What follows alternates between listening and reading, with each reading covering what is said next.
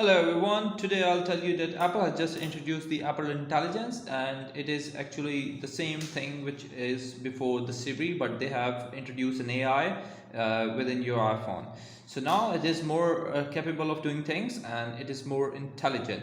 So how you can turn it on, just go to your settings, and after going to settings just swipe up. As you see in iOS 18.4, there's an option Apple Intelligence and Siri.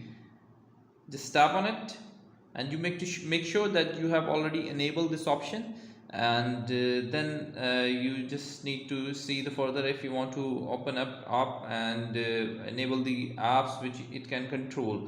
Okay, so what you need to do is, if you want to make a phone call to anybody, just ask, hey Siri, hey Siri, hey Siri, uh, hey Siri, make a phone call on WhatsApp to Shahroz. As you can see, it is calling, and that's how you can make a phone call with your iPhone.